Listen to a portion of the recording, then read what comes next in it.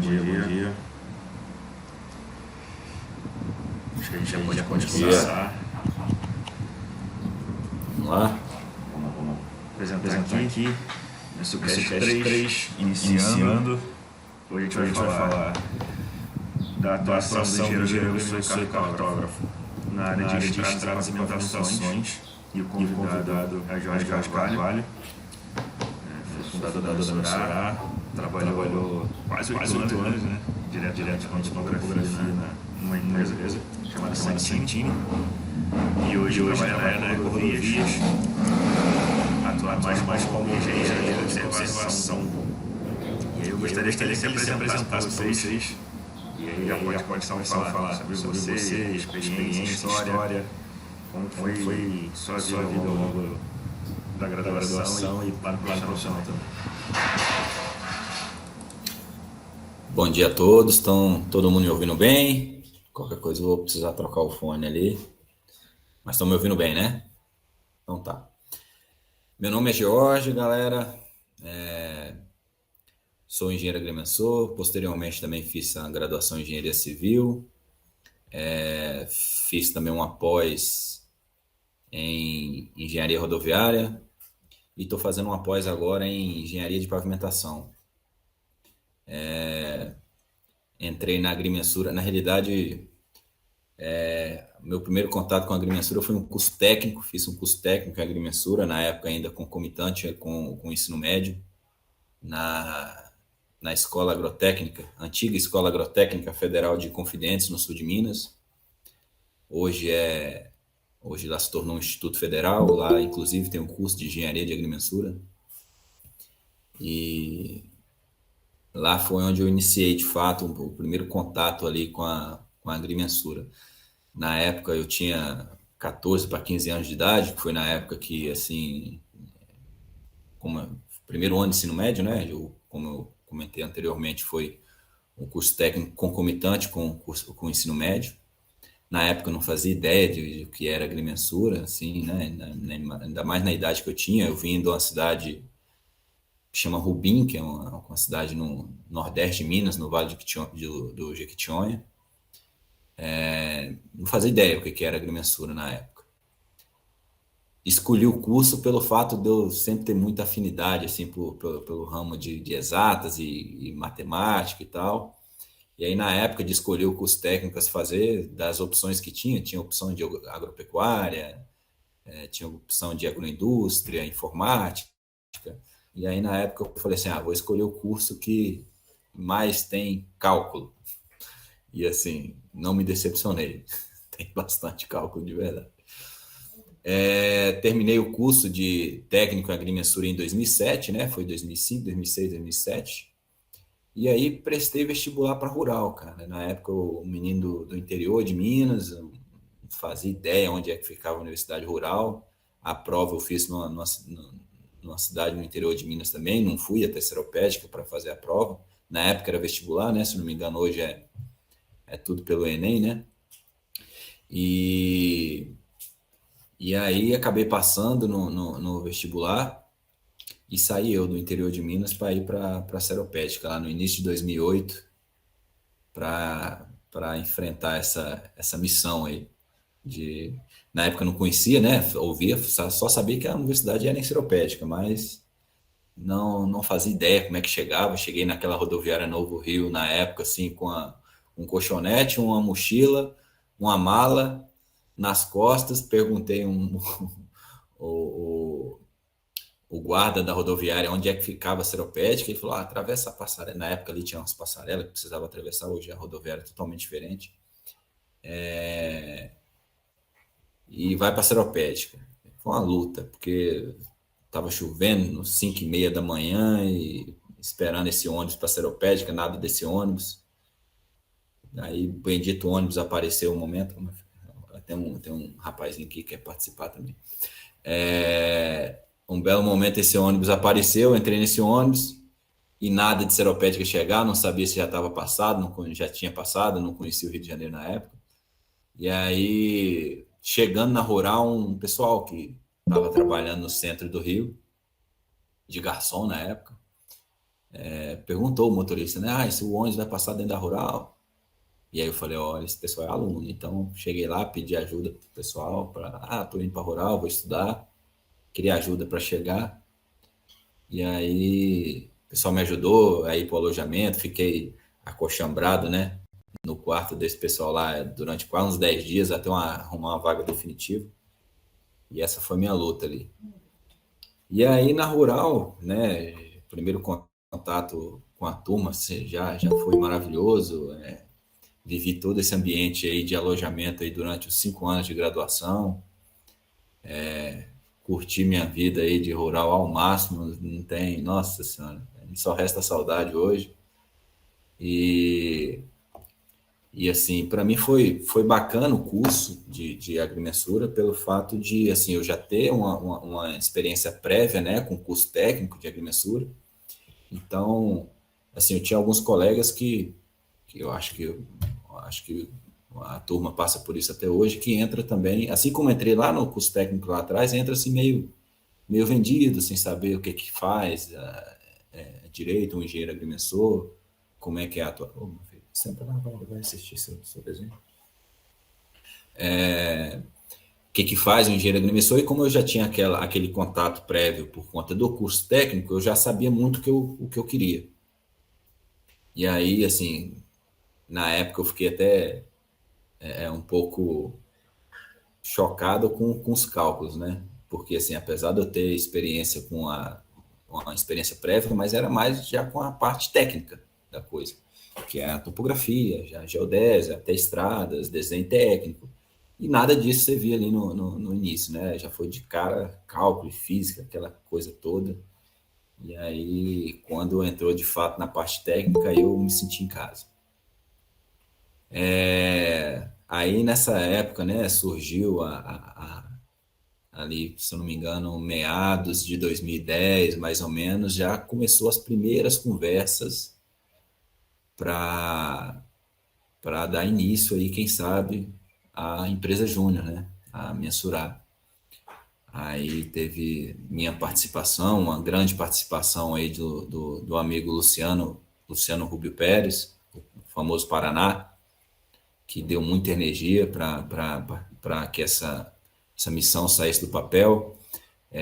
Ao Flávio Alves também, que participou, o Alex Vilela, a Luísa Falqueto e o Rafael Brito, se eu não me engano, eu espero que eu não esteja esquecendo ninguém, que foram nós aí que deu esse pontapé inicial aí, lá no começo, assim, teve resistência até de alguns professores na época, então, mas teve mas teve professores assim, que me deu um apoio muito grande, uma menção honrosa aí ao João Bahia, ao professor Luiz Guimarães, que sempre nos apoiou muito, né, com relação à abertura da empresa Júnior.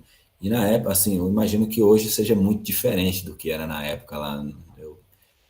Quando eu tiver a oportunidade, se Deus quiser, eu quero fazer uma visita para vocês aí, para ver como é que funciona, conhecer a galera, que desde que eu me formei, nunca mais, desde que eu saí aí de Seropédica, eu não tive a oportunidade de voltar aí, não sei como é que está funcionando aí a estrutura de vocês hoje em dia. Mas, assim, para nós, foi um motivo de muito orgulho na época, assim, questão de depois que a gente conseguiu botar a empresa profissional, questão de poucos meses, assim, a gente já tinha uma estrutura bacana, movimentando a empresa com dinheiro em caixa. Na época, assim, para a gente poder movimentar e tentar recolher recursos, a gente fazia cursos de GPS de navegação na época, a gente foi dar curso em Lavras, na UFLA, foi dar curso em Viçosa, foi muito bacana, né? Aquela experiência aí da Mensurar, e a gente hoje vê essa turma toda, de vez em quando eu entro ali na rede social, no Instagram, e vejo aquela galera toda ali, o coração fica quentinho, velho, tipo assim, nossa senhora, aquela luta lá, valeu muito a pena, porque não é fácil, né? A gente sabe, vocês que participam, a gente sabe que não é fácil, a gente divide, a gente já tem um curso que é um período integral, a gente tem um curso que já é muito difícil, que demanda de uma atenção enorme. No meu caso, que eu morava ali no alojamento, eu ainda tinha que procurar recursos ali para se manter, para que a gente chega num momento da vida que a gente quer depender o menos possível dos pais da gente, né? Aí trabalhava de garçom no final de semana lá no Lagedo, não sei se nem se tem isso ainda aí na Rural, mas a gente trabalhava já trabalhou, então dividia o tempo aí de mensurar com graduação, com estágio, cheguei a trabalhar no setor ali também como estagiário, ajudando a galera lá no curso técnico, e garçom de final de semana, e ainda tinha que, isso tudo ainda não podia atrapalhar as chopadas, né, que é assim, de suma importância para a sanidade mental aí dos alunos da Rural. Então, assim, mas tudo valeu muito a pena. Tudo valeu muito a pena e, como eu falei, quando eu vejo aí essa galera engajada e hoje, assim, mesmo acompanhando de longe ali na rede social, às vezes eu vejo uma postagem no Instagram e vejo aquela turma toda, a gente vê o quanto que valeu a pena, né? Não sei se vocês têm alguma pergunta específica, assim, para a gente dar início aí a falar de fato a atuação de um engenheiro agrimensor no ramo de rodovias, se vocês quiserem comentar alguma coisa. Senão eu vou dar prosseguimento aqui. Jorge, pelo visto aqui, você é o que teve mais perguntas das três opções que teve, né? Os três mais surpreendentes até hoje. Tem 7 perguntas aqui, mas a gente pode ao longo responder tudo agora. Beleza, se quiser deixar para o final, sem problema. Show. Então, eu particularmente, eu sempre tive muita afinidade com o ramo de rodovia, sabe? Eu sempre, desde a época do curso técnico, a disciplina de estradas, na época, me chamou muita atenção. Infelizmente, na época que a gente teve as disciplinas de estradas aí na Rural, não sei se hoje está diferente, a gente não tinha um professor especialista em estradas. E isso, infelizmente, aconteceu e vida que segue, né? A gente não pode dar uma pausa no curso porque está faltando um professor de uma disciplina. Mas eu sempre tive muita afinidade por esse ramo de rodovia, até porque, né, não é a minha visão, é um fato que sempre vai ter ou rodovia para arrumar ou rodovia nova para construir no Brasil, que é um país, né, continental. E hoje, né, a gente tem uma dependência segundo a CNT, né, a gente tem todo transporte de carga no geral, que é o que movimenta o Brasil e setor de exportação, depende muito do modal rodoviário. Assim, 65%, né, pelo que é dados do CNT, do transporte de carga, é feito pelo modal rodoviário. Então, assim, a gente sempre vai ter rodovias ou para construir e principalmente para reformar.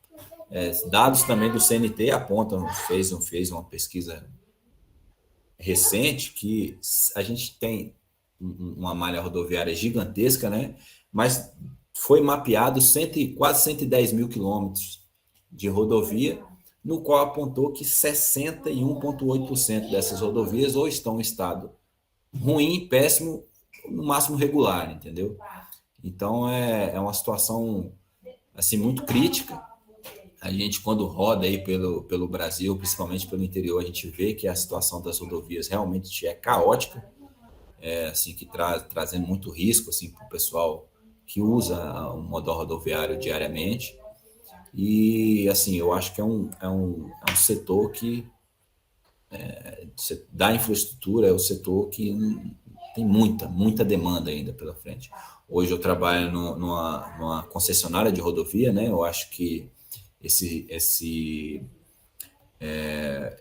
essa questão da rodovia é tão complicada que, assim, por exemplo, principalmente as rodovias federais, né, que são administradas pelo DENIT, as que não são concessionadas, né, as que ainda estão na mão do DENIT, que é do governo federal, tá numa situação muito crítica na maioria das vezes. O pessoal não dá conta. A malha rodoviária é tão grande que o pessoal não dá conta de fazer a manutenção necessária, que traga a segurança que os usuários precisam, ali mantendo a sinalização adequada, mantendo os dispositivos de segurança, como defensa metálica, barreiras, até mesmo sinalização vertical, né, com placas ali que mantém os usuários sempre em alerta em caso tenha uma curva perigosa, caso tenha um trecho muito sinuoso. É difícil deles darem essa manutenção, até mesmo de conservação de rotina, que é a área que eu trabalho hoje, que assim a gente precisa manter a rodovia de acordo, vai depender, essa questão de conservação depende muito do como que é o contrato de concessão de cada rodovia. Por exemplo, a rodovia que eu trabalho hoje, ela exige que eu mantenha uma roçada de 4 metros além do bordo da pista. Mas isso aí varia muito tem rodovia que é de cerca a cerca, vamos dizer assim, na faixa de domínio da rodovia. E aí, assim, esse mercado de concessão rodoviária, independente até do governo que esteja atuando, independente se seja um governo mais de esquerda, que o pessoal fala assim que costuma, né, ter essa visão que privatização de rodovia da governo mais de direita, que teoricamente vai fazer esse tipo de programa. Mas eu acho que para o setor de rodovias, eu acho que a visão não é bem assim, né? Porque ficou claro que é difícil do governo federal manter com os recursos próprios ali, manter essas rodovias no estado ok, com segurança ok para nossos usuários, vamos dizer assim. Tanto é que a maioria das concessões que está aí hoje em dia, inclusive a que eu trabalho hoje, é uma privatização que ocorreu lá em 2014, na época que ainda era do governo da Dilma Rousseff. Então, eu acho que esse setor de rodovias é um setor de infraestrutura no geral, o pessoal que está aí começando agora, ou que esteja formando, olhar com carinho, porque eu acho que ainda tem muito mercado. E qual que é a atuação do engenheiro agrimensor na rodovia? Né? Tá praticamente do início ao fim, vamos dizer assim, né? Desde quando você vai fazer, por exemplo, os trabalhos iniciais para fazer qualquer tipo de estudo de viabilidade que seja, para uma nova rodovia ser construída, ou até mesmo para estudos de concessão de uma rodovia, né, para passar do setor público para o setor privado. Você precisa de levantamentos, você precisa para fazer os projetos, para você fazer os estudos necessários, você precisa de um projeto para poder se embasar e fazer os estudos necessários. Então, assim, desde cara, para fazer um projeto preliminar, você já precisa da atuação do engenheiro agrimensor, principalmente da topografia e da geodésia numa forma geral, para fazer todos os levantamentos necessários e tal. E depois que esse projeto está pronto, né, você precisa da topografia, você precisa da agrimensura para poder fazer toda essa demarcação do que é necessário em campo, né? Tipo, os projetos, num projeto rodoviário, sem a topografia, principalmente, a gente não é nada. Se a gente não tiver uma topografia de confiança, né? Que para você locar aquilo em campo, você fica totalmente perdido e você, assim, eu costumo dizer que na empresa, que às vezes, assim, muitas vezes o pessoal quer economizar nas empresas de topografia e nem sempre pegam profissionais capacitados. E aí, assim, é um barato que depois vai sair muito caro, muito caro. Se você não tem um profissional de confiança que faz a sua demarcação em campo, com segurança, sabendo o que ele está fazendo, seja na hora de você marcar um subleito de uma rodovia, de você marcar suas cotas ali de pavimentação, e principalmente também quando você tem uma obra de arte especial, que são as pontes e viadutos, se você não fazer essas marcações com precisão, você vai ter muita dor de cabeça no futuro. Então, e após a execução de obra, né, você tem a parte de as-built, né? Você depois que você executa a obra, você faz... Só um momentinho. Peraí, meu filho. Só um momentinho aqui, que tem uma criatura que não sai aqui. Você, após a execução das obras, você tem que fazer o as-built de verificar como aquilo foi executado, se está de acordo com o projeto, que aí a topografia também entra para mensurar todos os projetos que foram feitos. Ao longo da execução dos projetos também, a gente precisa, além do acompanhamento topográfico na execução das obras, a gente precisa de acompanhamentos mensais para fazer todas as medições do que foi executado no mês, para você tirar todos os volumes que foram executados, para você fazer até o pagamento para as empreiteiras que executam o serviço, entendeu? Então, as empreiteiras têm a topografia deles, que fazem essa marcação, e geralmente, né, no caso das concessionárias, tem as topografias de fiscalização, né, que a gente não pode deixar ali tudo na mão da empreiteira, porque tem os riscos. Então, a gente tem a fiscalização que faz toda essa parte também de conferência e faz as conferências também das medições do que foi executado no mês. Por exemplo, foi executado 10 mil metros cúbicos de terraplanagem, por exemplo, 100 mil metros cúbicos de terraplanagem, foi executado tanto de base, tanto de subbase, tanto de pavimentação. Então, esse controle todo quem faz é a topografia, a sala técnica, a execução das medições. Então, assim, além de acompanhamentos rotineiros também, que a gente precisa para conservação de rotina com drones, assim, aí vai depender das empresas que estão tocando, assim, porque o mercado hoje está tão as novas tecnologias também, né, estão surgindo tanta novidade, que aí vai depender dos recursos financeiros da concessionária. Por exemplo, aqui a gente está tentando encaixar um profissional da área para poder atuar nas monitorações de terraplenos. O que é isso? Monitoração de encosta, e aí tem um profissional desse capacitado para fazer tanto monitoração topográfica, ali às vezes com equipamento mesmo, com estação total, fazendo leituras em pontos já pré-definidos, né, fazendo controle de recalque, como também às vezes monitoramento aéreo, com drones, com vantes, entendeu? Então a gente sempre está procurando inserir essas novas tecnologias no ramo de rodovias.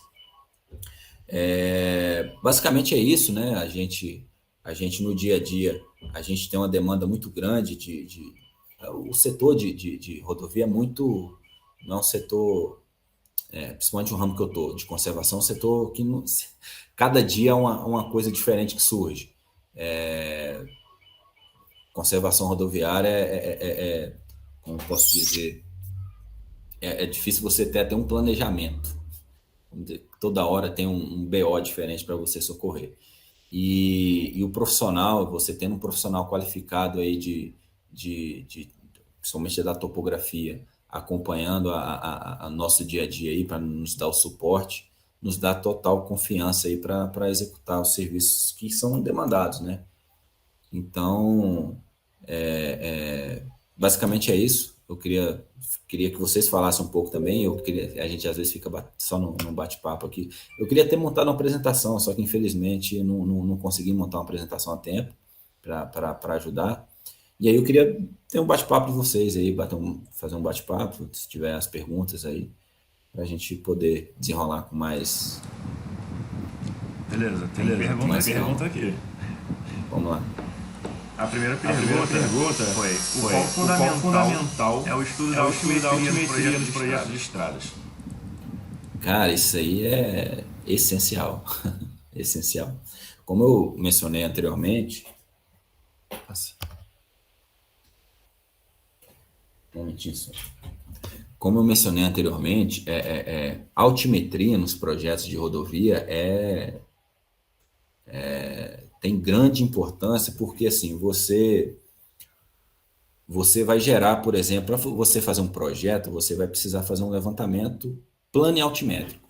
não adianta você fazer só um levantamento planimétrico, porque com base nessas informações de altimetria que você vai ter todo o seu cálculo de volumes que vai ser necessário ali para você, seus volumes de corte necessários para você fazer a sua obra, seus volumes de aterro. Então, assim, desde lá do início, até para você fazer o orçamento de uma obra, você precisa desse balanço de massa de materiais, entendeu?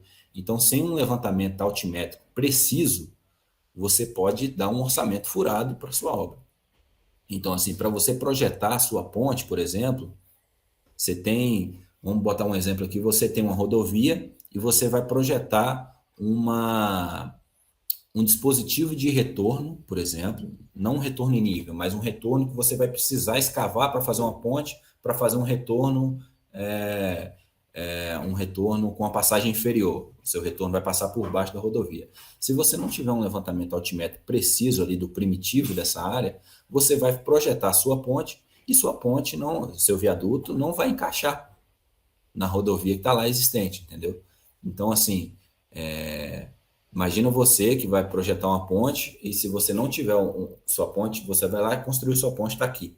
Se você não tiver uma precisão, um levantamento preciso na sua altimetria, pode ser que na hora que você venha encaixar a sua rodovia, você não encaixa.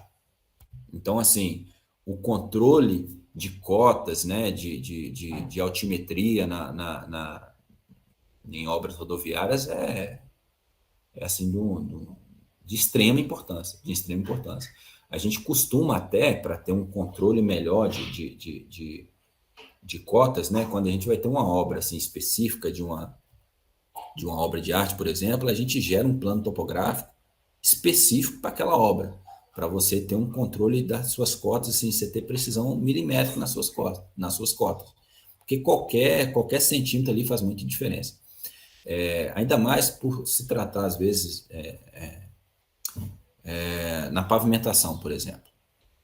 Você tem um projeto de pavimentação que geralmente, aí, a depender da exigência, né, vai depender do seu veículo, da sua quantidade de veículo que passa, né? Você vai dimensionar um pavimento, depende do seu VDMA, que é a quantidade de veículos médios que passam ali por ano. Então, você vai dimensionar pavimentos ali de 5 centímetros, de 4 centímetros, e pavimento, asfalto, é muito caro.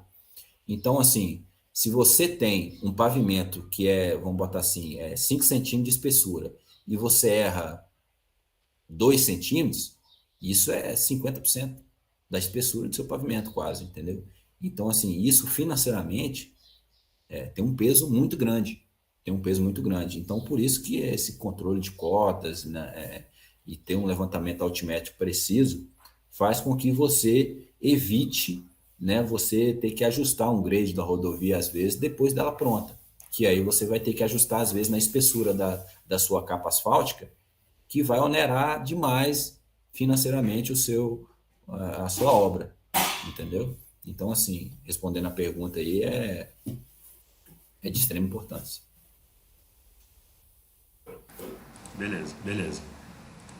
A próxima pergunta seria até onde vai a agremiação e cartógrafo no projeto de estradas? Como que eles conectam com os demais engenheiros?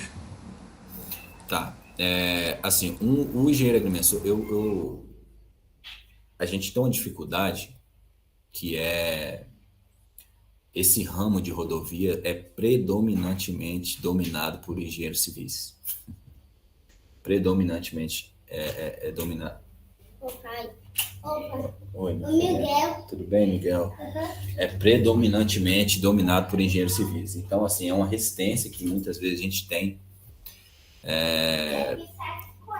Eu até me vi, eu hoje no ramo de conservação, me vi até obrigado a fazer engenharia civil pelo ramo que eu ia seguir, que era de conservação rodoviária.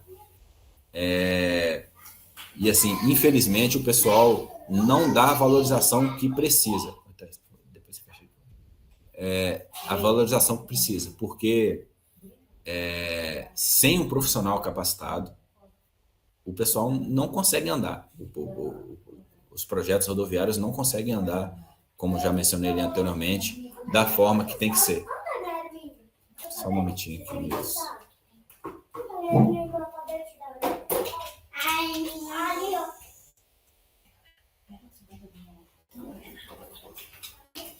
Só um momentinho aí. Esse que eu levo. O mais forte. Toma, querida. Tá assim,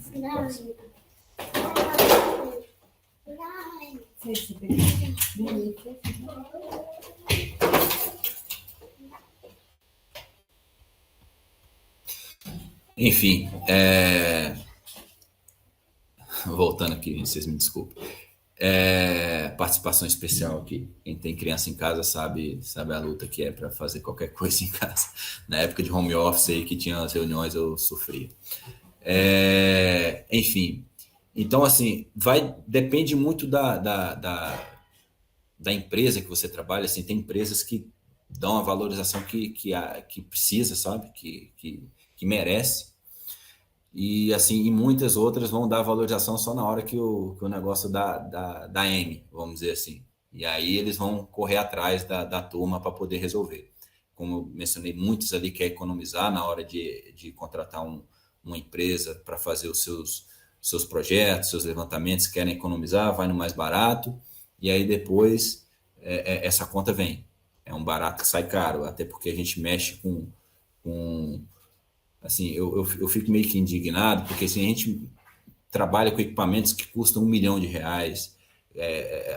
A gente faz medições de empreiteiras aí de 5, 10 milhões mensais, e o pessoal quer economizar ali, às vezes, 5, 10 mil reais num profissional que vai fazer total diferença nos seus projetos. Então, assim,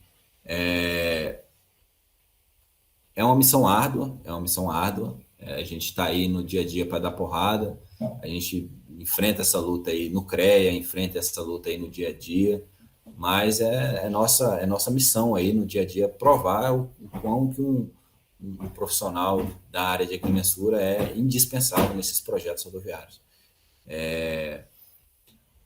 Assim, tem grandes empresas hoje aí no mercado que dão empreiteiras, né, que enxergam o engenheiro agrimensor como um profissional apto a tocar qualquer tipo de obra, sabe? Aí, assim, só que, infelizmente, a gente tem muita resistência ainda por muita grande parte de profissionais, principalmente por ser dominado aí por engenheiros civis, sabe? Eu não sei, a pergunta, eu confesso que até me perdi um pouco na pergunta aqui, porque meu menino me distraiu aqui. Você puder repetir? Posso. Porque assim, na disciplina de estrada, a gente vê que a estrada é feita não só por engenheiro civil e não é só, né? Tem sim. hidráulico, florestal, ambiental, um monte de coisa. E aí, o engenheiro a gente se conecta com eles. Exato. Assim, são setores meio que diferentes, entendeu? Você, por exemplo, quando vai fazer aquele trabalho inicial, por exemplo, faz de conta que a gente vai projetar uma rodovia. O engenheiro ambiental, o engenheiro florestal, essa turma entra até antes da gente, porque eles precisam fazer inventário florestal, precisa das licenças de atuação, entendeu?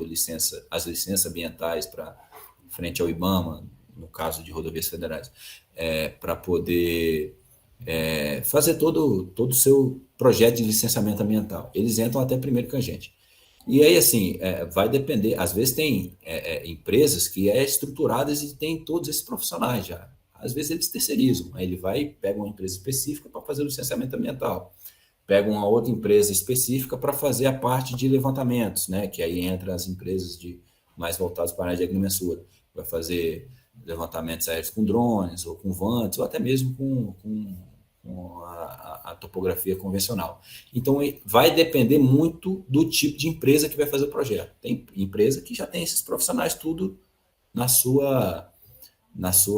seu corpo técnico ali, né? E tem empresas que o corpo técnico é pequeno e eles terceirizam.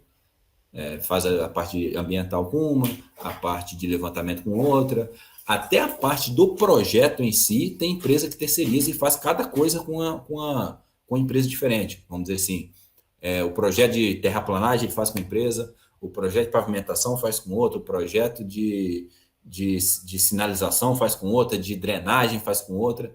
Eu confesso que isso para a gente é uma dor de cabeça, que assim, quando você fragmenta muito o projeto, na hora que você vai unir todas as disciplinas, você tem muita divergência às vezes. Às vezes você tem um projeto de sinalização que não casa com um projeto de drenagem e tal. Mas assim, vai depender muito do tipo de empresa que vai executar o projeto, entendeu? Bom, a próxima pergunta seria... Acho que você já acabou respondendo, mas o engenheiro civil toma espaço do engenheiro agrimensor? Cara, eles tentam. Eles tentam. Mas na maioria das vezes, cara, o conhecimento deles na parte de topografia é muito limitado. É muito limitado. Então, só que eles têm, se for ver lá as atribuições do engenheiro civil, eles têm muita atribuição. Então, eles acabam entrando no mercado, não só engenheiro civil, não. Tem, às vezes, arquiteto quer se meter no setor que é nosso também. Então, assim,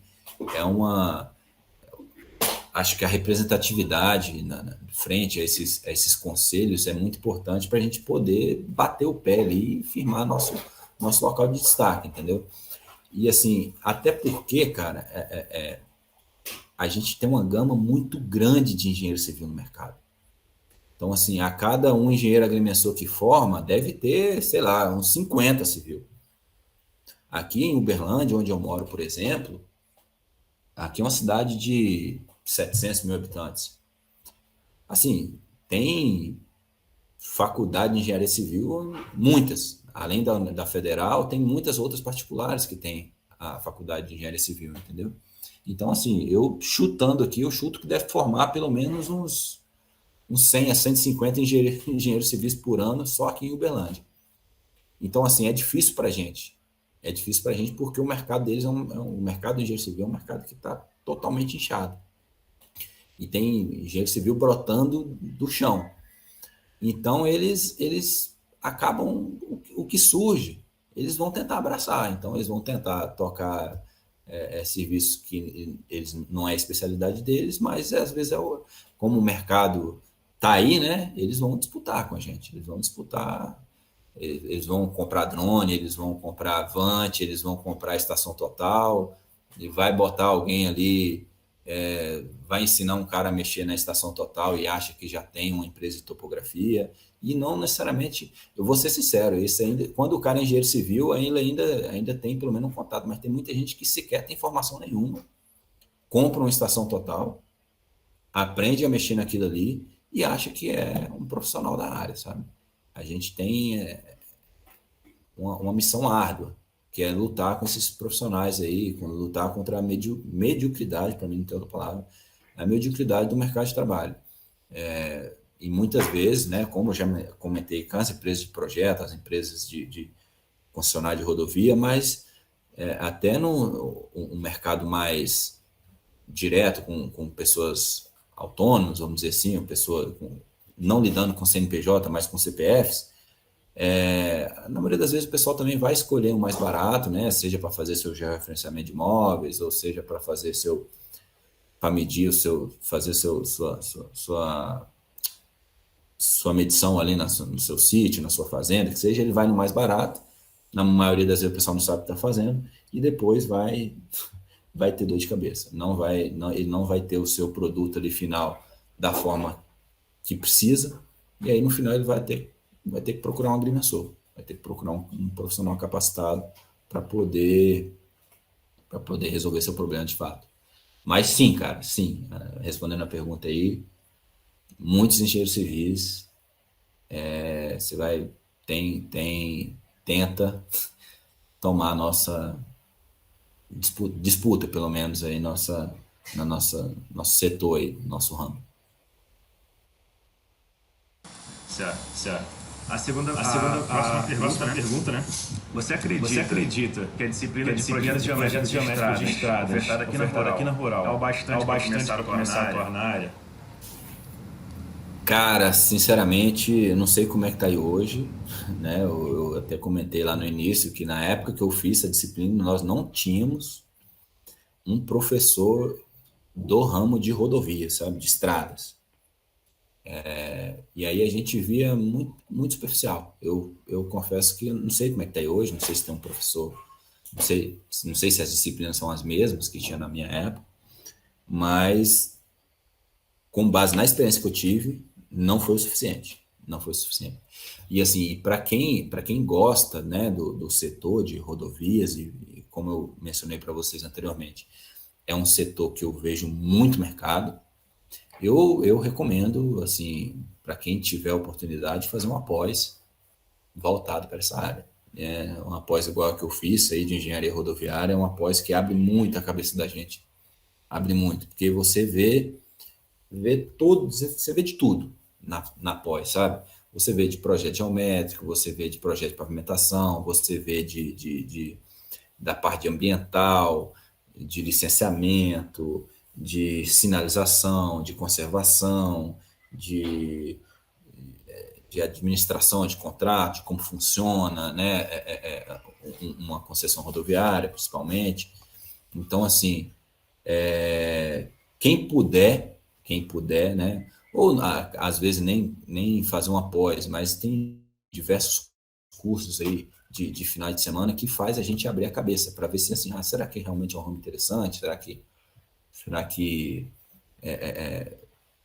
vale a pena voltar para essa área? Eu, particularmente, gosto muito e recomendo. Mas, respondendo a pergunta, eu acho que não é o suficiente, não. Beleza. A área de estradas não é um caminho muito visado ou difundido enquanto estamos na graduação. Quais as principais habilidades são precisas para desenvolver para atuar nessa área?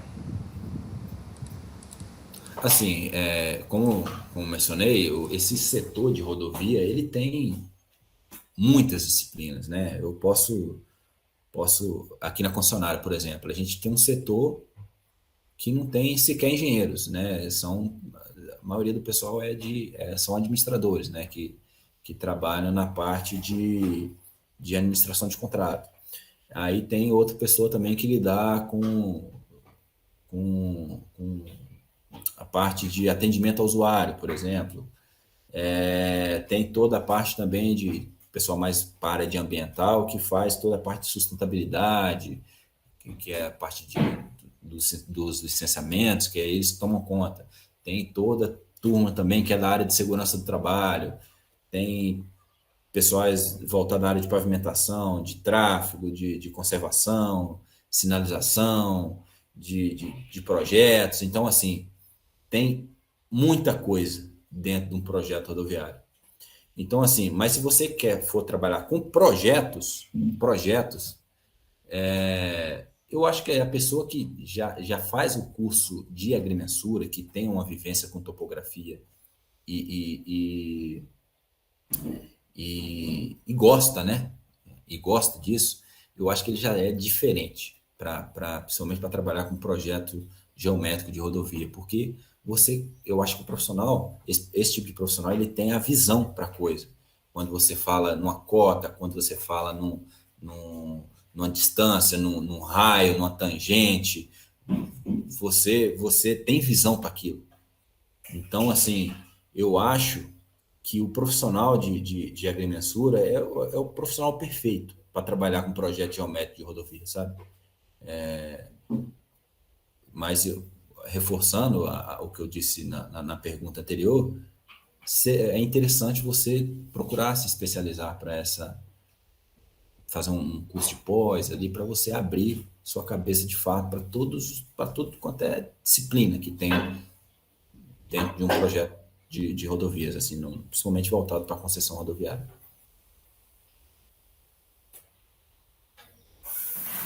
Vai aumentando a quantidade de perguntas aqui.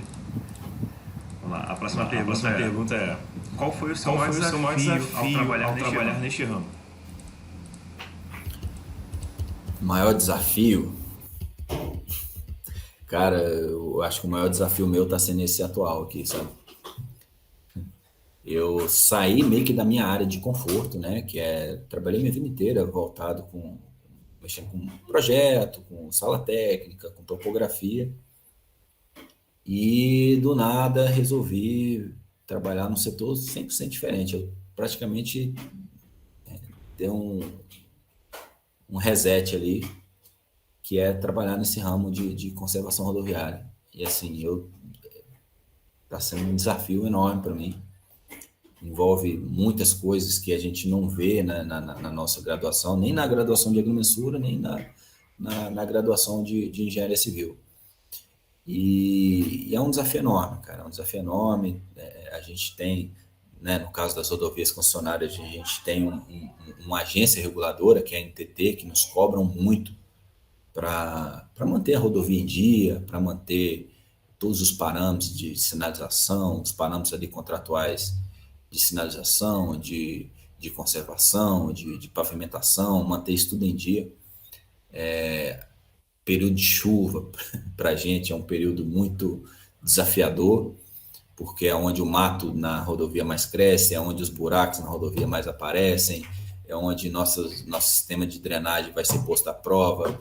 Se eles não tiver na sua plena limpeza, se não tiver, eles vão, né, se estiver danificado, a drenagem não vai funcionar perfeitamente, ele vai cuspir água para fora, vai causar erosão, vai dar dor de cabeça, vai trazer risco para os usuários. Então, assim, eu acho que hoje eu estou vivendo um momento mais desafiador na minha carreira. Que antes eu estava, tipo assim, como eu sempre tive muito contato, acho que eu tinha facilidade com esse ramo da agrimensura e da topografia, eu estava fazendo o que eu estava acostumado, vamos dizer assim, entendeu? Então, hoje, né, eu acho que eu estou vivendo a fase mais desafiadora da minha carreira. Lidando com coisas que eu não era acostumado a lidar, vamos dizer assim, sabe? Beleza. Quais conselhos que você daria hoje pro Jorge, né? Lá do passado, quando tivesse começando a trajetória profissional? Cara, essa é puxada, hein? Mas, assim, cara, eu acho que eu fiquei muito tempo sem estudar depois que eu me formei aí, sabe? Eu fiquei muito tempo... eu não me culpo muito por conta do estilo de vida que eu tinha, sabe? Esse ramo nosso de trabalhar no trecho, às vezes faz com que a gente fique... Pra vocês terem uma ideia, depois que eu me formei na Rural, eu me mudei para Itaipava.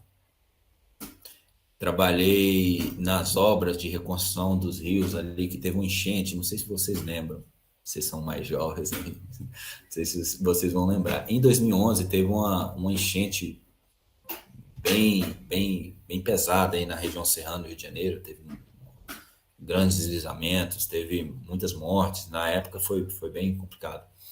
E aí, em 2013, quando eu me formei, eu fui trabalhar nas obras de reconstrução de calhas dos rios, aí, lá em Itaipava, na distrito ali de Petrópolis. Fiquei lá, se eu não me engano, uns 6 meses. Depois de Itaipava, eu fui para São Gonçalo, aí no Rio, ali próximo de Niterói. Morei ali um tempo, eu trabalhei numa obra que era do Comperj na época. Foi meu primeiro contato com rodovia, de fato, ali na empresa que eu trabalhava, que chamava Via Urros, que era uma obra que uma rodovia que dava acesso ao Comperj. Aí depois, fiquei lá também por volta de uns 5, 6 meses.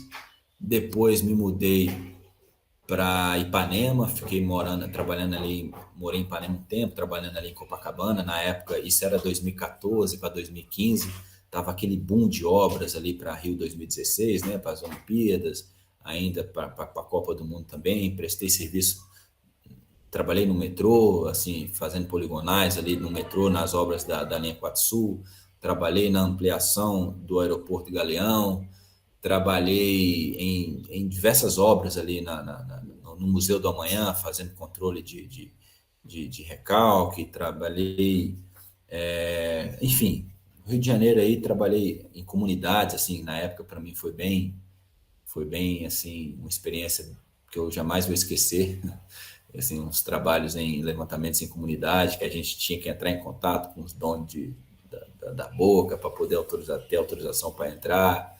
Hoje eu comento essas coisas aqui, principalmente aqui em Minas, que é uma realidade diferente às vezes, né? E aí o pessoal fica um pouco em choque. Para mim também, quando eu me recordo, eu falei assim, meu Deus, eu acho que não teria essa coragem hoje não.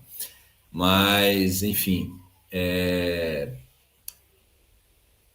trabalhei aí, depois de Ipanema, me mudei para São José dos Campos, em São Paulo, trabalhar na rodovia dos Tamoios, fiquei ali também cerca de 1 ano e meio a 2 anos, aí depois vim para Uberlândia, que eu estou aqui desde 2018, então assim, depois que eu vim para Uberlândia, que eu consegui de fato parar no local e conseguir estudar, entendeu? Então, assim, às vezes eu falo assim, pô, devia ter passado a fazer uma pós lá, logo após a conclusão do meu curso na Rural, assim, deveria ter feito um esforço maior para tentar fazer, mas, assim, infelizmente, por conta dessas andanças de trecho, né, nem sempre a gente consegue, porque, cara, às vezes a gente fala assim, agora eu acabei meu curso, tá tudo tranquilo, cara, não tá não. Assim, o mercado hoje em dia exige que a gente esteja a todo tempo melhorando, estudando, ficando a par das novas tecnologias que surgem. Então, assim, um conselho que eu daria para o George lá é tentar. Eu sei que na época seria muito difícil por conta dessas 6 meses no canto, um ano no outro, tal, seria muito difícil. Mas, não sei, às vezes um cursinho de final de semana que seja, estudar mais. Beleza. Outra pergunta. Essa daqui é uma pergunta mais minha. Eu acabei de fazer precisão em Guimarães. E aí ele fala um pouco de estradas, né, na parte de locação, na SBuilt. E a pergunta é, quais são os métodos UBS mais utilizados para calcular os fatores necessários de estradas? No caso, para fazer controle dimensional, estruturação, elevação, curva horizontal, vertical, tudo isso. Cara, hoje, é lógico que a gente tem que ter o conhecimento de como funcionam as coisas, mas no dia a dia, os equipamentos que a gente tem hoje calculam tudo pra gente, entendeu? Então, assim, por exemplo, você tem um projeto geométrico que você tem, por exemplo, você sai de uma tangente, entra numa curva espiral de transição para entrar numa curva circular, por exemplo. A gente tem profissionais aí topógrafos e agrimensores de excelência que fazem esses cálculos na mão, conferindo se a marcação ali está correta. Às vezes o equipamento dá a resposta para ele loca e ele vai conferir, às vezes na munheca ali, para ver se isso de fato está correto. Mas, cara, hoje em dia, os nossos equipamentos fazem tudo isso, entendeu? Então, assim, você tem um trabalho de saber o que você está fazendo, você inserir as informações que precisam no equipamento, que os projetos geométricos, ele vem com todas as informações que você precisa. Você pega um projeto de estradas, ele vai te dar uma nota de serviço, e ali ele vai te dar as coordenadas de eixo, as cotas, os afastamentos que você precisa para o bordo de pista que seja, o offset, o quanto você precisa, a rampa que você precisa, se geralmente uma rampa, por exemplo, de corte, uma rampa de 1 para 1, uma rampa de 45 graus, né? A depender do material. Rampa de aterro, geralmente 1,5 palmo, a depender do material também. Então, assim, essas informações vêm todas no projeto geométrico. Aí você vai alocar uma curva, que é assim, a parte mais delicada de fazer uma locação em campo, essas locações de curvas de transição e curvas em espiral. Essas informações vêm todas no projeto. Se você tem um equipamento de qualidade assim, esses equipamentos mais novos, sabe? Um equipamento robusto, você vai entrar lá com as informações de raio, com as informações da coordenada de PC e PT, né? Do ponto de tangência, do ponto de curva, e você só vai falar para o equipamento assim: eu quero andar de 5 em 5 metros em cima dessa curva, ou de 10 em 10. Assim, cara, graças a Deus, os equipamentos hoje estão bem evoluídos, porque assim, a gente ganha tempo. Se você for no campo hoje e você tivesse que calcular tudo isso no campo, você demanda tempo, cara. E hoje tempo é dinheiro, sabe? Tempo é dinheiro. Você, às vezes, vai estar ali com a sua prancheta, você fazendo um cálculo de uma curva circular dessa, um cálculo de uma... E o cara da produção vai estar lá no seu pé. Vamos, que eu preciso dessa marcação, a máquina está parada, a hora máquina é uma fortuna e tal, não sei o quê. Então, assim, a tecnologia veio para nos ajudar nisso aí, entendeu? Eu, por exemplo, hoje em dia, você fala assim: Jorge, vai calcular. Ih, rapaz, vou ter que olhar a bibliografia. Porque se eu pegar aqui para calcular, se eu for fazer um cálculo aqui de azimuth, eu vou ter que pegar a calculadorinha, ou de azimuth eu lembro, mas essas contas mais complexas aí, vou ter que pesquisar na bibliografia. É difícil saber de canto alfabeta.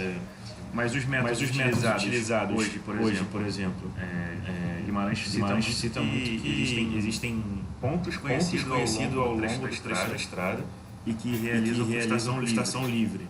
São os métodos mais utilizados hoje, sim. Não, estação livre é muito utilizado. Famoso Potenole. Assim, porque a estação livre te dá a liberdade de você estacionar seu aparelho, você tendo uma rede de marcos, né? Você tendo uma rede de pontos robusta, você permite você estacionar onde você quiser, sem precisar estar ali batendo um piquete e tal. Então, assim, você vai trabalhar numa obra de arte, por exemplo, num projeto de viaduto, e você, lá no início do projeto, você bota 4 pontos, né, vamos dizer assim, mais nas extremidades que seja, para você trabalhar e longe da obra. Porque o que acontece muito é o seguinte: você precisa estacionar seu aparelho ali próximo da obra, principalmente você vai marcar um gabarito, você precisa estar ali próximo da obra. Se você às vezes estiver muito longe, você vai ter uns pontos cegos que você não vai conseguir visualizar. Então é importante que você esteja ali, né, o mais próximo possível ali da sua obra.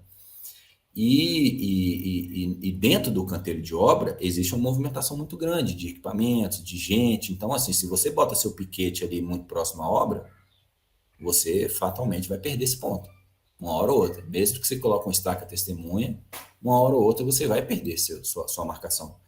Então, a estação livre te dá essa liberdade de você botar seus pontos longe, né?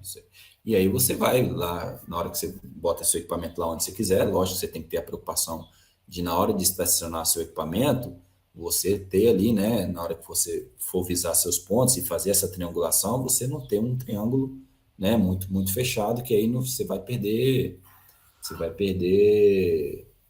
precisão na obtenção daquela coordenada ali de onde você vai estacionar. O ideal é que você tenha, né,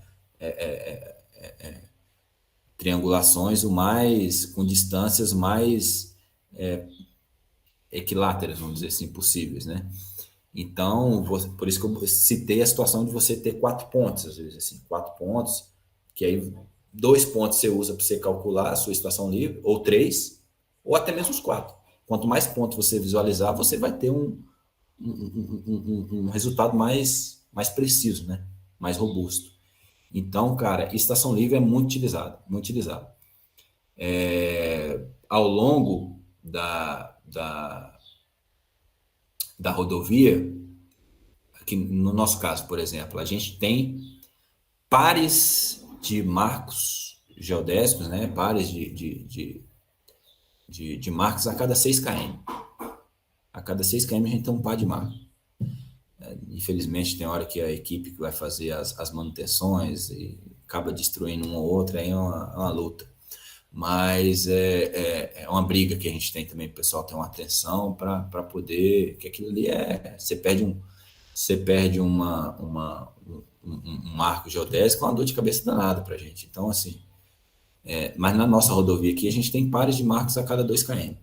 E quando você vai precisar fazer uma obra num determinado trecho, aí você faz uma poligonal, parte desse par de marco, fecha no outro, calcula sua poligonal, e aí você tem ali, ao longo desses 6 km, você vai ter seus pontos, né, para você trabalhar da forma que você achar melhor. E a estação livre, rapaz, é uma maravilha. É uma maravilha.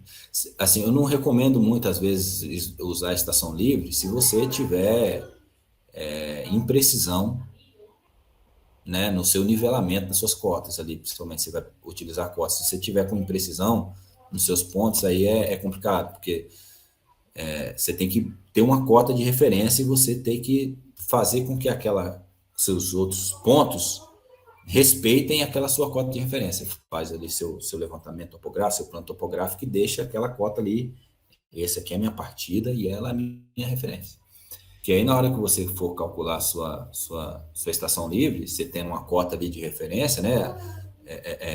Seu projeto está baseado numa cota X, mesmo que der na hora de você calcular a sua estação livre, mesmo se ela der uma imprecisão na sua cota, você consegue recalcular ela tomando como base uma cota de referência que você já tem ali, fixa, entendeu? São macetinhos ali que às vezes tem no campo, que a gente no dia a dia a gente aprende muito, assim. Valorizem aí vocês que quando estiver no campo, gente, valorizem o topógrafo, aquele cara que está ali no dia a dia, que tem 20, 30, 40 anos de experiência, que esses caras às vezes têm cada macete que você fala assim, putz, isso aqui eu nos meus primeiros contatos com o campo mesmo, eu tinha um rapaz lá, o senhor Wilson, que eu nunca vou esquecer. Porque, assim, às vezes a gente sai da graduação, né, igual você me perguntou aqui, de uma situação que envolve precisão, né? Que assim, a gente sai com a visão de ajustamento da graduação. Mas, na prática, não é todo serviço que você precisa dessa precisão toda, entendeu? Às vezes você precisa mais produzir do que estar com o negócio milimetricamente no lugar, entendeu? Então, quando eu fui para campo a primeira vez, ainda mais quando você vai fazer as marcações iniciais de uma rodovia, que é, por exemplo, lá, a primeira marcação que você faz na rodovia é a marcação de offset, por exemplo, que é onde vai ser seus limites, ou de corte ou de aterro. É o seu offset da sua rodovia. Aí depois, quando você marca esse offset, vai vir as camadas ou cortando ou aterrando, e aí você vai fazendo as novas marcações ali.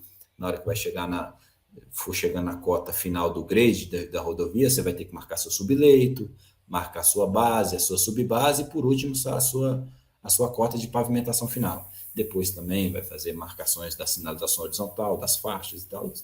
A topografia está em tudo. Está em tudo. Então, assim, só que lá nessa marcação inicial, de offset, você não precisa de uma marcação, meu irmão, de milímetro de precisão. Até porque, na hora que vier a escavadeira lá, só a concha da cavadeira e o dente dela tem quase 10, 20 centímetros. Ela vai... Então, esses detalhes assim, só no dia a dia mesmo, só no campo, para você pegar esses macetinhos e esses profissionais assim de larga experiência, eles sempre têm dicas muito valiosas para dar para a gente. Então, acho muito importante aí ter um contato próximo e respeitar ao máximo esses profissionais aí esses cabelos brancos aí, tem muita coisa para ensinar para a gente. Bom, tem mais algumas perguntas.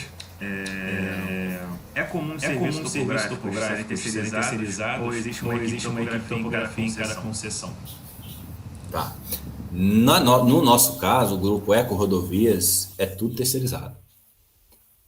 Eu, por exemplo, eu vim para Uberlândia, eu trabalhava na Santini, que era a empresa de topografia, e a gente prestava serviço terceirizado para a concessionária.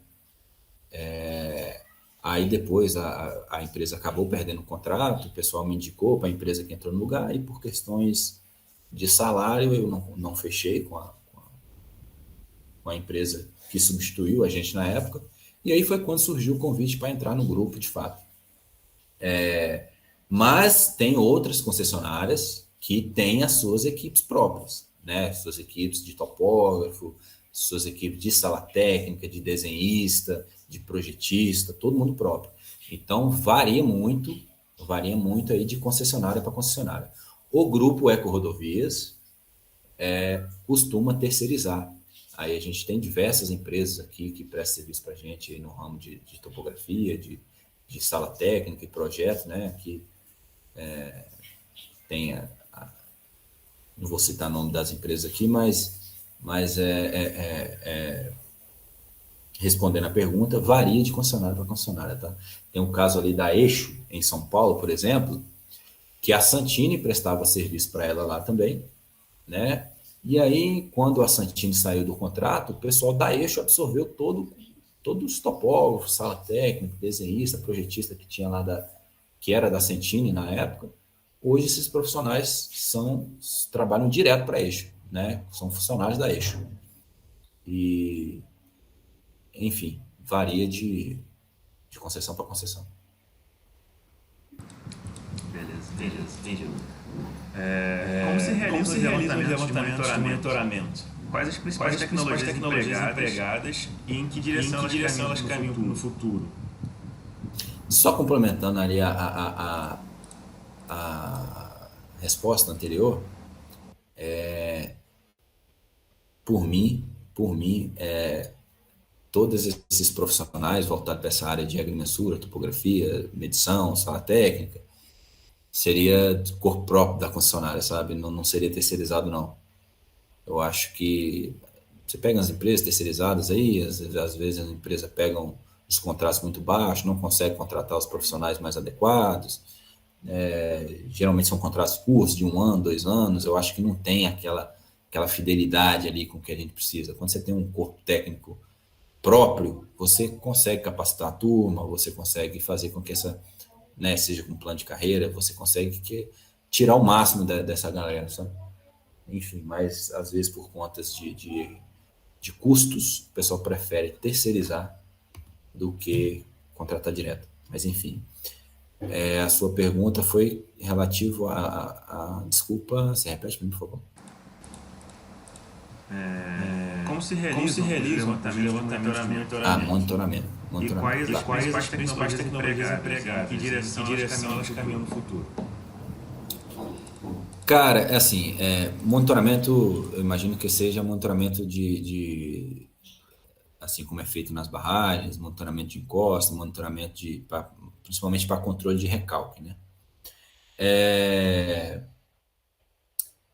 Assim, a gente esbarra muitas vezes em questões de orçamento, sabe? Aqui no nosso caso, por exemplo, todas as monitorações que a gente precisou fazer, a gente usou estação total mesmo. A gente tem um projeto aqui na Ecovias do Cerrado, que era a empresa que eu estava antes de entrar aqui na Eco 050, que é um projeto que a gente tem uma ponte que vai vir um aterro que é sobre um solo mole. O que é um solo mole? É um solo encharcado. solo de brejo. Aí a gente fez uns drenos,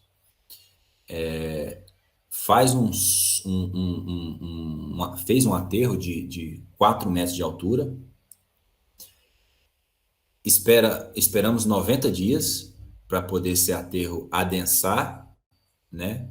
Depois desses 90 dias, você acaba de fazer o aterro, que era um aterro de 8 metros de altura. Você faz a primeira etapa com 4 metros, espera ele adensar, depois você faz os outros, na realidade você faz 4 até mais 2, para dar um sobrepeso no aterro, para adensar o máximo possível em cima daquele solo mole, para o dreno funcionar e expulsar toda aquela água que está ali na parte inferior do aterro.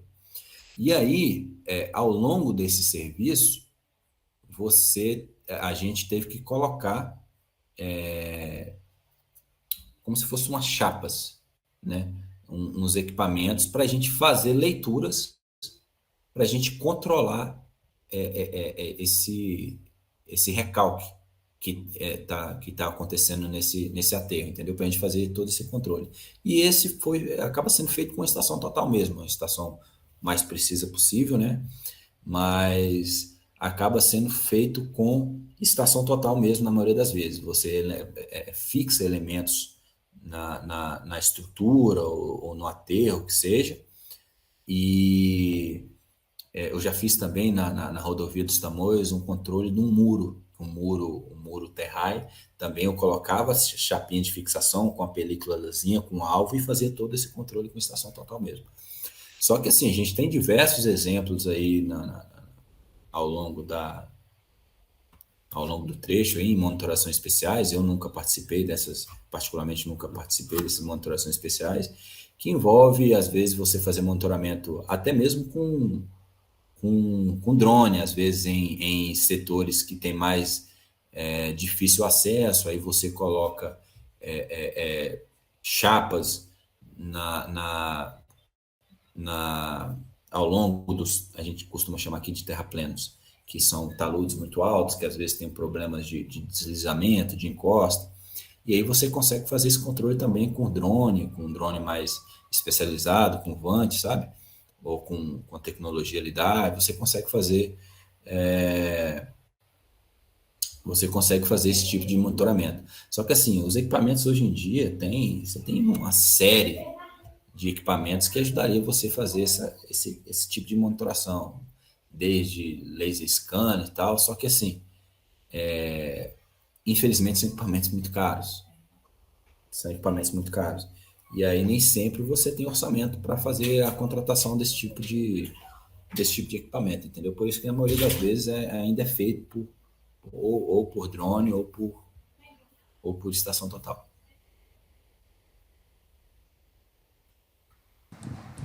Perfeito. Por último, a última pergunta que temos aqui qual o maior desafio e dificuldade para se iniciar uma concessão de rodoviária? Cara, a gente tinha um grande desafio, principalmente nas primeiras concessões, que quando você fala em concessão rodoviária, você fala a população já, mais um pedágio aqui e tal. Só que, cara, a gente teve, infelizmente, alguns casos de concessões que foram contratos mal feitos e que, ao longo do tempo, eles não se sustentaram, né? Teve umas concessionárias aí que, infelizmente, assim, na hora de fazer o seu contrato, seus projetos lá, eles... Estão me ouvindo? Acho que a bateria do meu deu um sinal aqui. E aí, a médio prazo, não foi sustentável. E aí, o que acontece? O pessoal não conseguiu manter a rodovia no seu pleno funcionamento, mantendo a segurança em dia, né? Mantendo todos os dispositivos de segurança, mantendo a sinalização adequada, mantendo o pavimento em boas condições.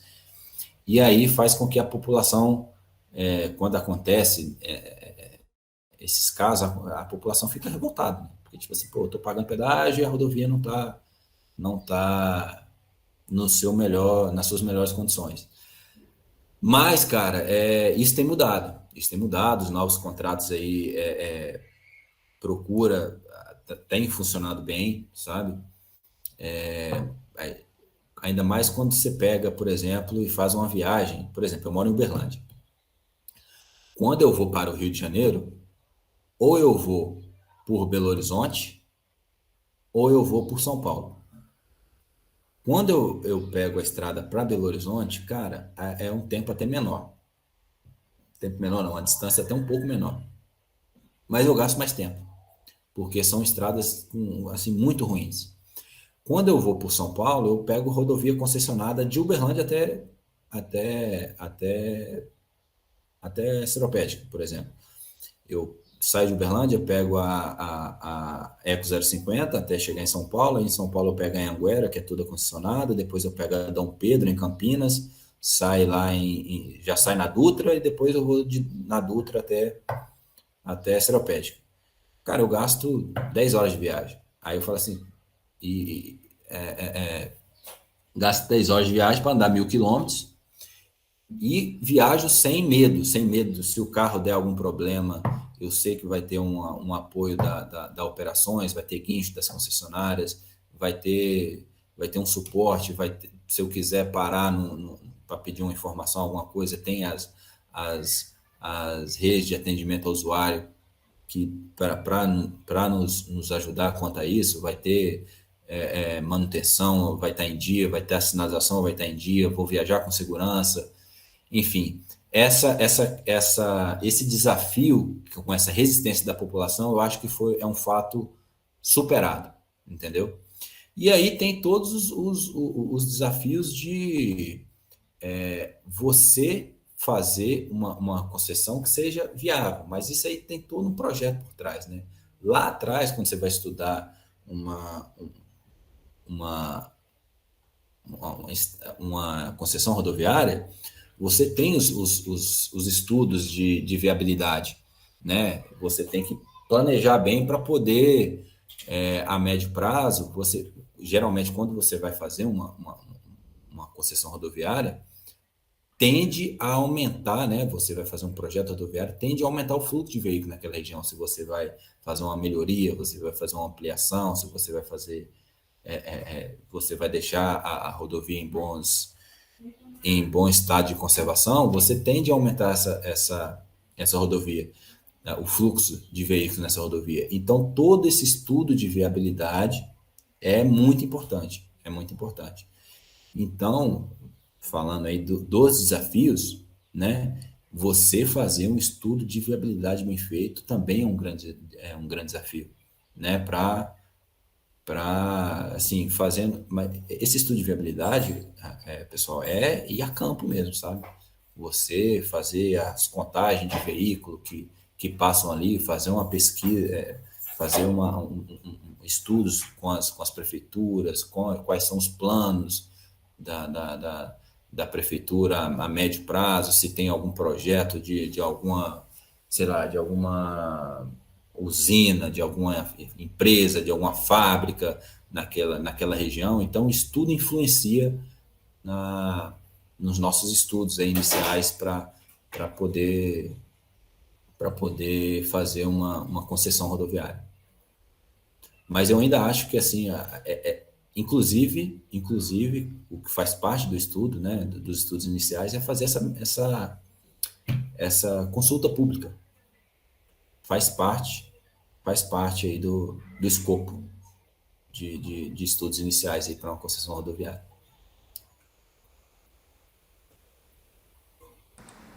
Muito interessante, cara. As perguntas aqui finalizaram. Mas caso alguém tenha alguma pergunta para fazer aqui agora, pode levantar a mão, fazer pergunta, tirar dúvida. Pode sentir à vontade aí, João está ansioso para tirar dúvidas. Caso não, a gente pode finalizar a reunião de hoje. Só aguardar. Mas agradeço muito a presença de Jorge. Interessante contato. Esse assunto que a gente não vê muito dentro da universidade. E o MensaCast tem essa ideia, né? Coisa que a gente não vê da universidade para complementar a graduação. Então a gente vê uma matéria, duas matérias registradas só e trazer alguém de experiência muito importante pra gente, né? Uma pergunta. Quais dicas você tem para quem quer se basear no TCC, essas áreas? TCC. Deixa eu pensar um pouquinho aqui. Cara, acho que essa questão de TCC, né? Todo mundo, quando tá ali próximo dessa... Nossa Senhora, é uma coisa de doido. A gente fica pensando em mil coisas.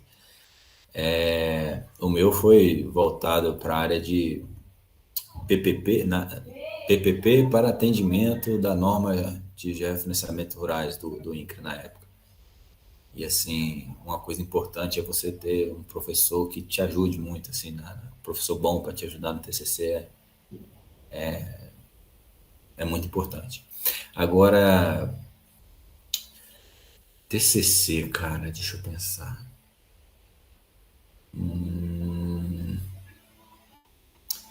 Eu acho que, assim, talvez esse ramo de projeto, sabe? De projeto geométrico, eu acho que é a área que mais tem a ver, mais tem a cara da agrimensura no ramo de estradas é o setor de projeto geométrico, sabe? Talvez algo mais voltado para essa área. Eu estou tentando pensar aqui alguma forma de... Tem um exemplo de uma menina, ela está finalizando agora, se não me engano, para o TCC, que a ideia é fazer a duplicação do quilômetro 32. Que aqui é uma... Excelente, cara, excelente. Se você olhar o PER é o Programa de Exploração Rodoviária. Toda concessão tem um PER, que é o norte, é como se fosse um contrato de concessão. E isso é um documento público, vocês podem até procurar aí na internet, vocês podem procurar aí o PER da EcoRio Minas. Infelizmente, no nosso, se eu não me engano, no contrato aí não prevê duplicação nesse trecho, mas prevê muita marginal. Se eu não me engano, são 8 quilômetros de marginal aí nesse trecho da 465, né, se eu não me engano, o nome dessa BR. Se eu não me engano, são 8 quilômetros de marginal, tem acesso pra caramba para fazer também, passarelas e tal. Mas isso aí, esqueci seu nome. Hugo. Tá. Hugo, isso é muito interessante, cara, muito interessante. E Lucas, a moça aí que fez o TCC que o comentou, ela já fez em cima do, mais ou menos, eu tive a ideia aqui, que é em cima, fazer um projeto geométrico, entendeu? Eu acho que é o que mais tem a cara da agrimensura, né? Eu acho que o profissional de agrimensura é o profissional que já, assim, que ele já vai ficando pronto ao longo da graduação para trabalhar em cima de projeto geométrico, sabe? Aí, quem sabe, o Lucas, você, às vezes, procurar um curso de final de semana voltado mais a projeto geométrico te abre a sua cabeça para ter ideias aí, para escrever um TCC com base nisso, entendeu? Eu não sei de que lugar você é, mas procurar um case específico ali da região que você seja, de onde você mora, e às vezes tem uma situação parecida como que é o caso do 32 e hoje, que se na época que eu morava aí já era um caos, imagine hoje como é que está. Teve uma época que eu morei em Campo Grande, cara, que Jesus amado, eu morava em São José dos Campos e na realidade, na época ainda eu trabalhava em São José dos Campos e ia para Campo Grande.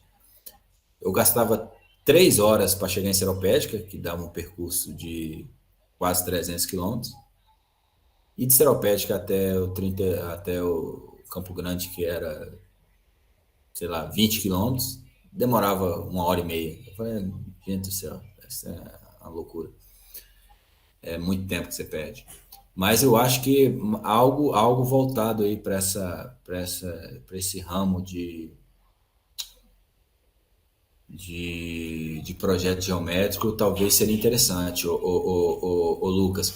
Cara, talvez uma coisa interessante seria, assim, fazer comparações. Eu acho que é uma coisa que algumas pessoas já fizeram, que é comparações de... Tá, deixa eu dar uma olhada aqui. Ele comentou aqui, então, estão na metade do curso, mas em altimetria me apaixonei na área de estradas e rodovias. Pensei que baseado tá muito C para isso. Fundamental. Isso que eu acho que incomodou. Isso aí, cara. Olha, uma coisa que é interessante, voltado para a rodovia e para diretamente ligada a essa área de altimetria, algumas pessoas já fizeram TCC nessa área, que é fazer, às vezes, comparações de projetos geométricos que são feitos com base em levantamentos topográficos convencionais e, às vezes, projetos geométricos são feitos com base em cartas cartográficas ou com base em levantamentos de aerofotogramétricos, entendeu? Talvez seria um negócio interessante também, que tem essas divergências aí na altimetria, né? Eu acho que o mais preciso que a gente pode ter é um levantamento topográfico convencional.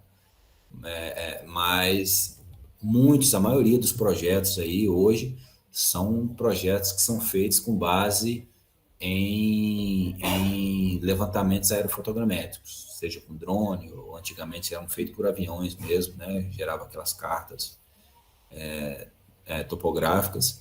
E aí, às vezes, a gente sente algumas divergências, né, do levantamento primitivo. Quando a gente vai fazer a obra, a gente tem um projeto que foi feito baseado, por exemplo, num levantamento aerofotogramétrico, e quando a gente vai fazer a obra, a gente vê a necessidade, após executar a limpeza ali, por exemplo, né, você executar um novo levantamento topográfico para você ter mais precisão na hora de você for calcular os seus volumes ali, como eu disse lá atrás, toda a execução de obra, o pagamento que é feito para as empreiteiras que estão executando a obra toda a medição é com base em levantamentos topográficos ali. Você tem um aterro grande, você faz o levantamento para você calcular os volumes que foram executados naquele mês para você pagar para a sua empreiteira o que foi executado. Então, assim, você ter levantamentos de primitivos precisos é de suma importância, tanto para você que vai pagar e tanto para a empreiteira que também vai receber.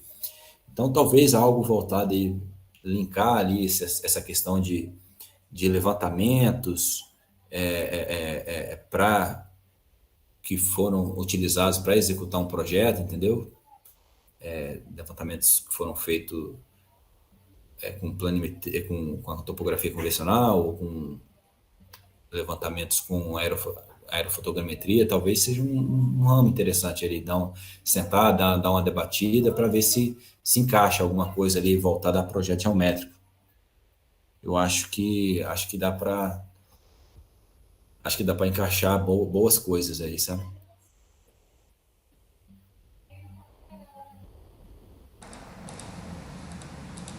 Mais alguma pergunta? Essas comparações, e Lucas, de metodologias diferentes para você obter, né, um levantamento topográfico, de você obter ali um modelo, né, digital de elevação, ali, um modelo digital de um terreno, sempre vai dar bons materiais aí para fazer TCC, sabe? E aí, se você conseguir linkar isso aí a um projeto rodoviário, eu acho que dá caldo, como diz a galera. É um ramo interessante. Bom, já que não temos perguntas, vamos só agradecer. Liga lá.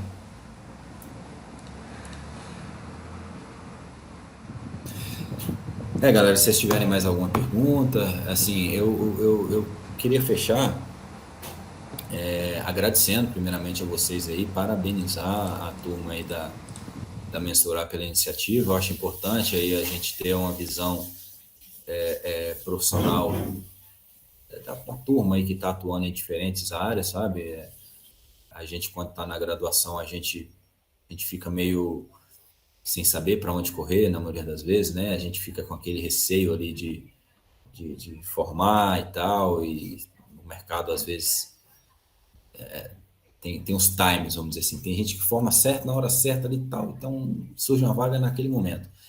E tem gente que demora um pouco mais para entrar no mercado de trabalho, mas, assim, isso faz parte, a gente tem que estar procurando sempre evoluir, não se acomodar, procurar sempre estar conversando com a turma, estar ali ativo nas conversas, no LinkedIn, no que seja, procurar sempre estar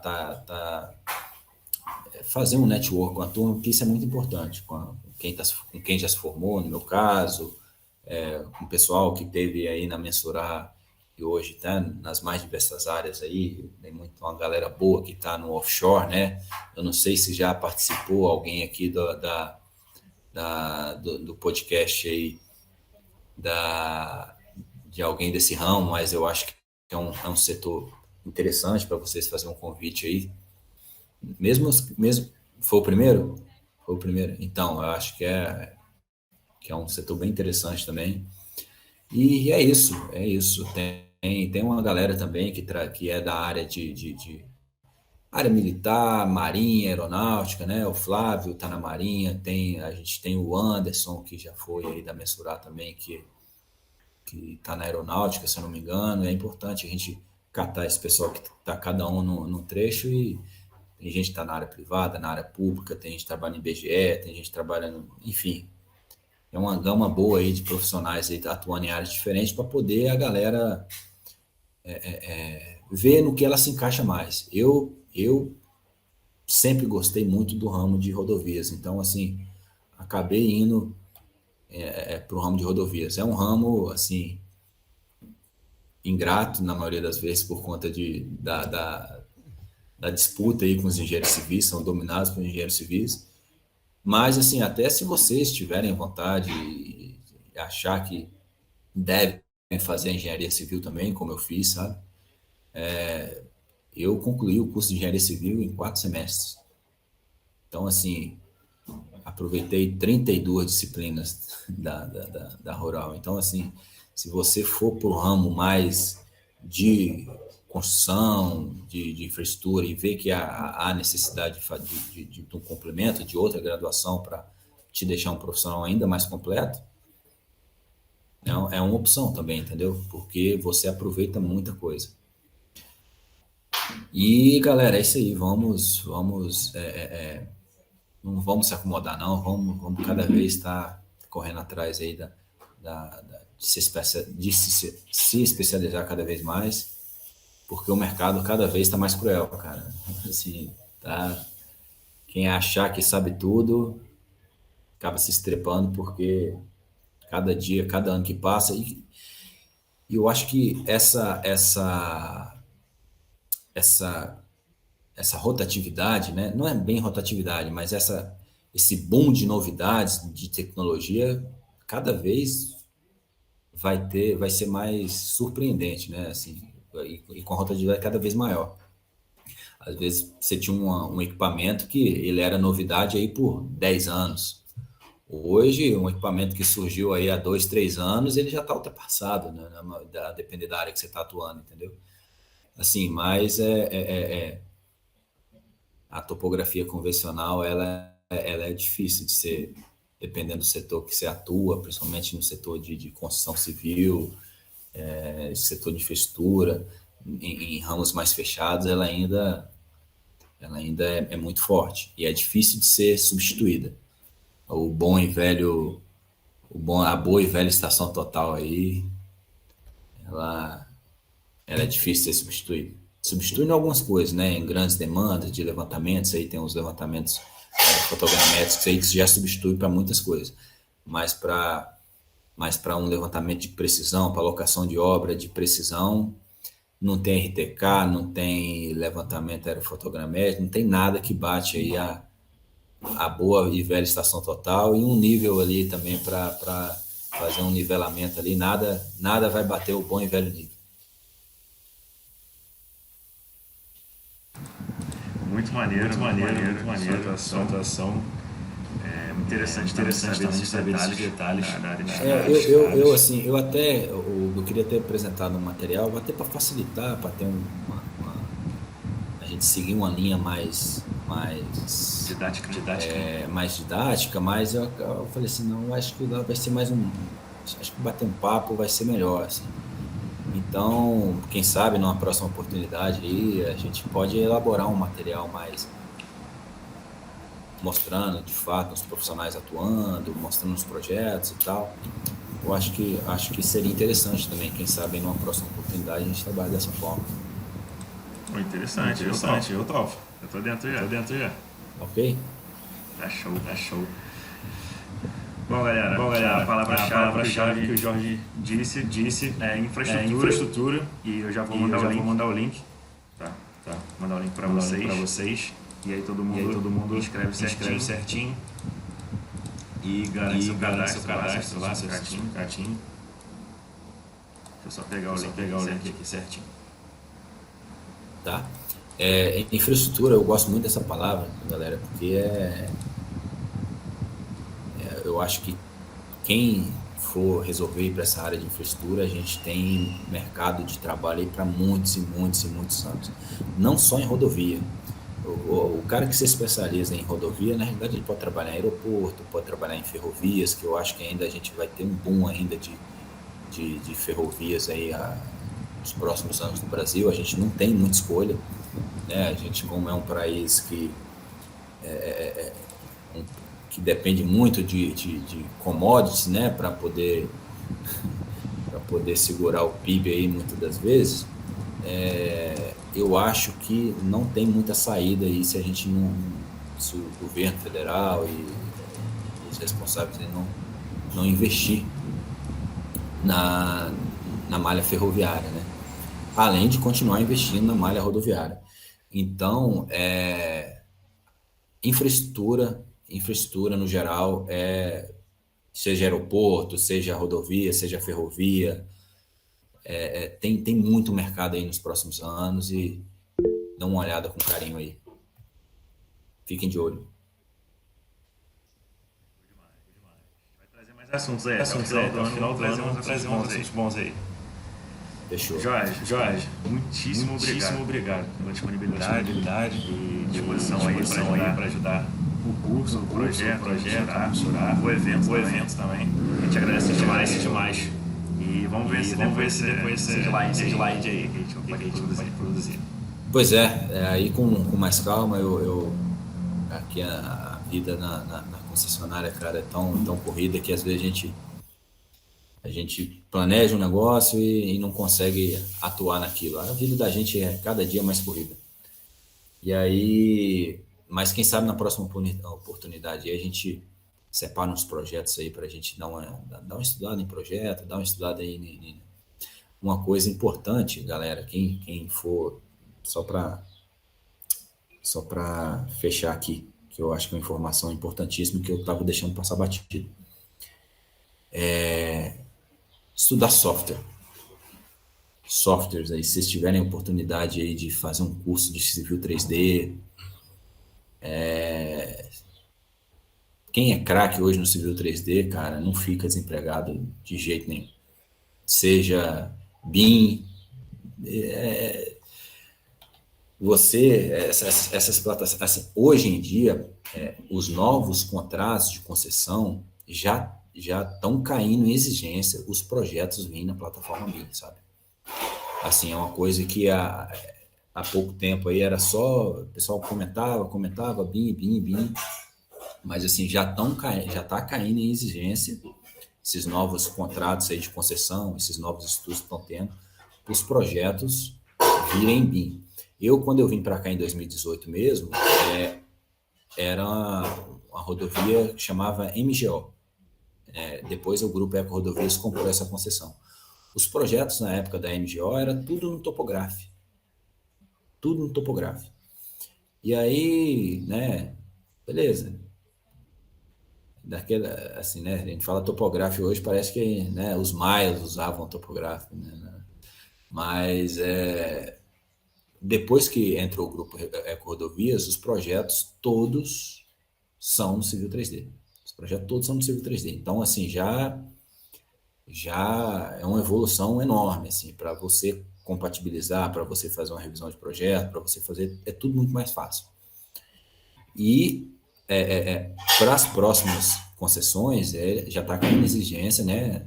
Já vindo na plataforma BIM, além de você ter toda essa compatibilização e facilidade, você ter, cara, é sensacional. Você, meu olho chega a brilha quando eu falo disso, porque hoje, infelizmente, eu não estou trabalhando no setor de projeto, estou no setor de conservação, mas eu acho que a médio prazo aí eu vou tentar voltar aí para o meu setorzinho de projeto, para trabalhar com, quem sabe trabalhar com BIM aí, porque é onde eu me sinto mais à vontade, onde eu gosto mais de atuar. Então, turma, procurem saber, procurem se especializar, tentem fazer um curso aí de BIM no final de semana, né? Assim, para a gente para vocês que são estudantes, aí vocês conseguem baixar um Civil 3D, baixar um Revit, baixar um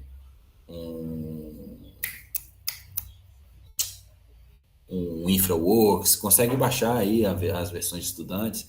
Cara, e quando você começa a mexer naquilo ali, a sua cabeça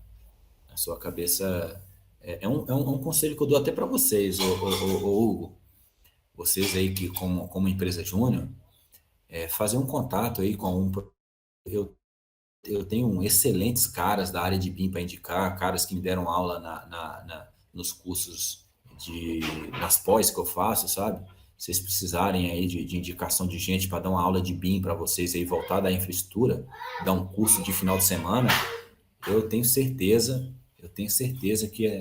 que essa turma teria disponibilidade aí, vocês entrar em contato com eles aí, fechar pedir pelo menos um orçamento, falar assim, quanto vocês cobram para dar uma área de BIM, uma aula de BIM voltada à infraestrutura, para mostrar para vocês, fazer um projeto de 1 metro de rodovia, né, fazer um traçado, cara, é sensacional e eu recomendo para vocês, e aí até eu participo, se a gente conseguir botar isso aí para frente. Depois eu vou passar um contato de um rapaz, vou entrar em contato com ele também, se vocês tiverem interesse, aí David Shinkai aí é um cara que deu uma aula para mim, eu tenho certeza que ele se interessaria. É um cara muito bom de lidar e a gente pode conversar aí, depois no off aí, ou eu acho que seria muito interessante. Não sei se vocês já fizeram algo do tipo, né? Fazer um curso Tá tentando? Porque, tipo assim, a aula que eu tive com esse cara foi um final de semana inteiro, no curso de pós-graduação, sabe? Foi na sexta-noite, o sábado o dia inteiro e a segunda e o domingo de manhã. Mas eu acho que tem espaço para fazer até em menos tempo, sabe? Mas aí bota eu acho que teria uma demanda grande, cara. Sinceramente, eu acho que teria uma demanda grande aí, tanto para mensurar aí, para a turma toda mensurar e abrir, inclusive, para a galera aí do curso de mensura. Eu acho que seria muito, muito interessante. Muito interessante. A galera ia se apaixonar, com certeza. Que aí, assim, esse cara que eu citei é um cara mais voltado para o ramo de rodovia, sabe? Aí ele vai gerar um traçado ali nas aulas, vai mostrar como é que altera um grade na rodovia, como é que faz um encaixe, como é que você projeta um túnel, como é que você projeta uma ponte. E, cara, nesses programas aí da Autodesk aí, você faz tudo na hora. Assim, o negócio é encantador. Tá ok?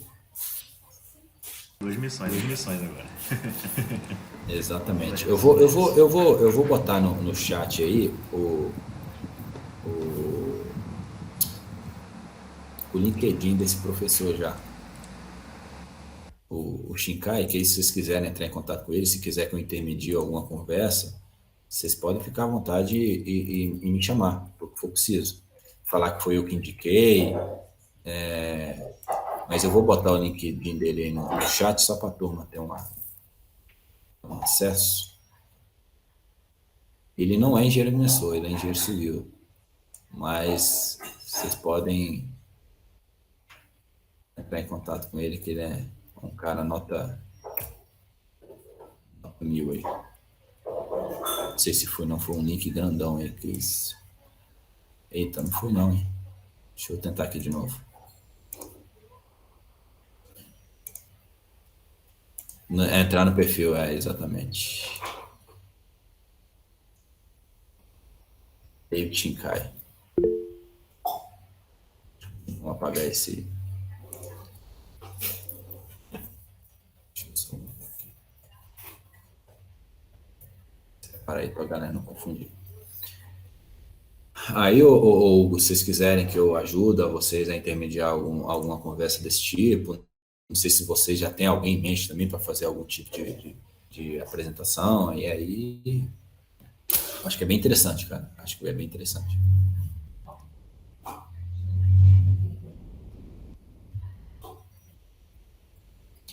Fechou, turma? Obrigado a todos aí, mais uma vez. E qualquer dúvida, qualquer coisa, se vocês tiverem precisar de alguma ajuda, de qualquer coisa, pode entrar em contato. Não sei se eu botei meu LinkedIn aí também, acho que não, né? Deixa eu botar meu LinkedIn aí também. Tá no convite, né? Tá. Podem ficar à vontade para me mandar uma mensagem, pode ficar à vontade para o Instagram, o WhatsApp aí, Hugo, você tem meu WhatsApp aí, qualquer coisa é só mandar uma mensagem, cara, tá sempre à disposição. Às vezes demora um pouquinho para responder, porque o celular pessoal fica meio em off aí durante o dia, aí o dia inteiro ali no celular da firma, mas sem resposta vocês não vão ficar não, tá ok? Muito obrigado. E vamos ver essas próximas metas aí. Valeu, cara. Abraço. Boa tarde, boa Abraço semana. sábado aí para todo mundo. Abraço a todos. Valeu.